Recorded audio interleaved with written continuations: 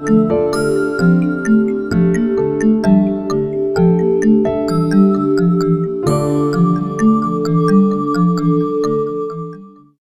this is just a comment that I always tell my followers.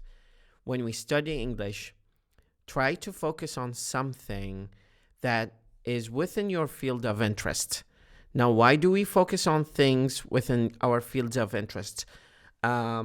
When we study English, we depend on stimuli اللي هي المحفزات.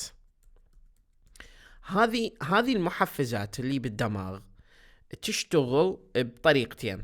الطريقة الاعتيادية اللي هي أي تفاعل ضمن الوسط الاجتماعي ما بي relevance، ما بي ارتباط ويا حياتي الشخصية، الدماغ ما راح يهتم له. يعني أي حديث عابر ما راح يهتم له الدماغ.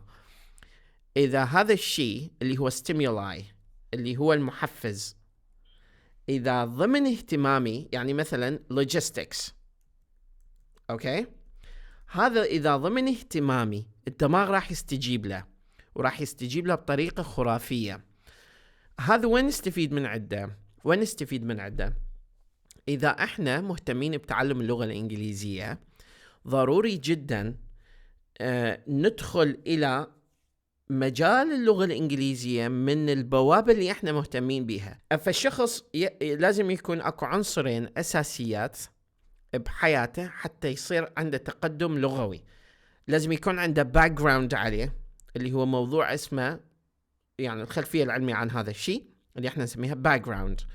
هذه باك جراوند راح تمكن الدماغ من الاستجابة لهذا الموضوع واحتضان هذا الموضوع وتطويره، لأنه عند الشخص الكود أو الشفرة الأساسية اللي بالدماغ، بحيث أنه إذا أكو تحدي بهذا المجال راح يقدر يسيطر عليه، ما راح يكون مستحيل. الثاني اسمه relevance. هل هذا الشخص محتاج هذا الموضوع بحياته الاجتماعية لو لا؟ إذا ما محتاج الشخص بحياته الاجتماعية، الدماغ راح يأرشفه، راح يسوي له archiving على أنه هذا الشيء مو مهم. يعني ما راح يهتم للشخص، يعني راح يهتم للدماغ، لأنه ما راح يعتبره فد شيء مهم. يعني أنا مثلا إذا أتحدث عن logistics، فإذا استخدمت كلمة transport أو استخدمت كلمة container أو استخدمت كلمة support أو استخدمت كلمة storage أو استخدمت كلمة maintenance أو استخدمت كلمة warehousing، واللي ما مر عليكم ما راح تواجهكم مشكلة. أوكي، هذا شيء جديد، هاي كلمة حلوة أريد أعرفها، شنو معنى كلمة storage؟ فصار استجابة عليها. ليش؟ بينما إذا ذكرت كلمة مثلا أو epilepsy هذه كلمة يعني medical استخدامها طبي، كلمة distribution استخدامها logistics. فهو طبيعي الشخص اللي هو مهتم باللوجيستكس ما راح يعير اهتمام نهائيا الموضوع إلى علاقة بالميديسن، ويترك الموضوع اللي هو إلى علاقة باللوجيستكس. correct؟ هذه كلمات مثلا provide provision يزود وتزويد، storage to store،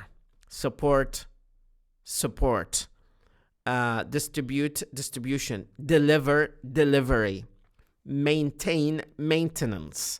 هذه كلمات واشتقاقاتها. I just said 6 words، بعدين سويتهم 12 كلمة، لأن كل كلمة من هذولي هم بيهم عائلة جاية من عائلة. provide، storage، support، distribution، delivery and maintenance. provide،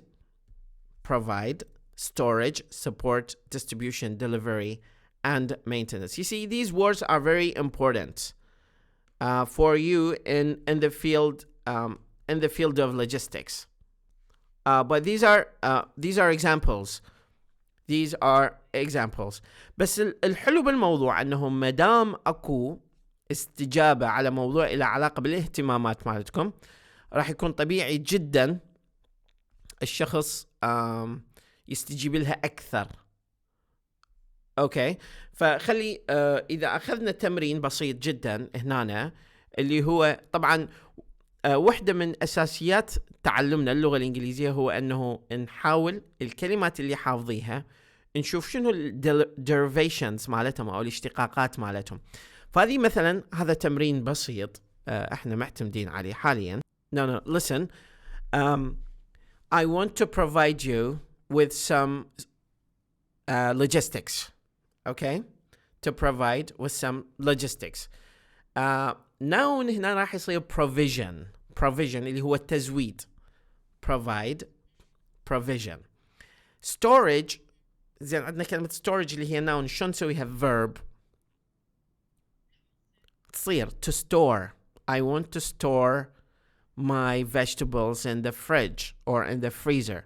أنا أريد أخزن الخضروات مالتي بالفريزر. Okay?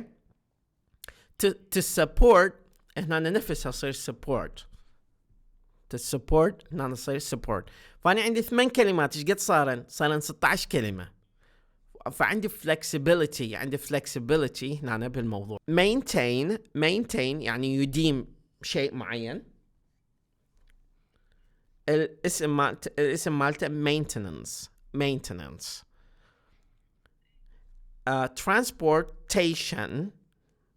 transportation اللي هو النقل أو المواصلات. الفعل مالته شنو؟ transport. I love it. So you see, it's quite interesting. Purchase purchasing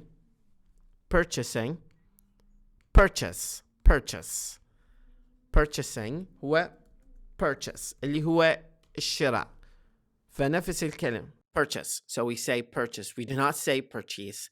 So that's very important to keep in mind when it comes to talking about this pronunciation. So that is the point. My point is very simple. When we have something that we know, our brain will respond to it in more efficient way. But if we talk about something that we do not know, we may not respond at the same level of efficiency to it. So that's the point of this lesson, that sometimes ممكن اكو مصطلحات جديدة باللوجيستكس احنا ممكن نتعلمها، مثل كلمة haulage. اوكي haulage اللي معناها عملية نقل البضائع. يعني اكو مثلا الشيب هالج عملية نقل البضائع بالسفن، واكو رود هالج اللي هو عملية نقل البضائع بالسيارات او عن طريق الطريق. فهذه هالج. اذا سمعتي كلمة هالج كومبانيز فهي يعني شنو؟ يعني السيارات اللي تنقل او الشركات اللي تنقل البضاعة بالطريق. هذا مصطلح ممكن جديد عليكم يعني يستخدموه. هو مصطلح يستخدم باللوجيستكس هواية. courier أيضا courier مو carrier. courier أيضا يستخدم courier اللي هو الشخص أو يعني السيارة اللي تنقل البضاعة. هذا ممكن أيضا نستخدمه بهذا المجال. عندنا كثير من الكلمات اللي نفس هذه الشاكلة ممكن نستخدمهم. أكو أيضا كتب عن English for logistics purposes. If you're interested, we can discuss them and talk about them in more details in our upcoming lessons. What do you think?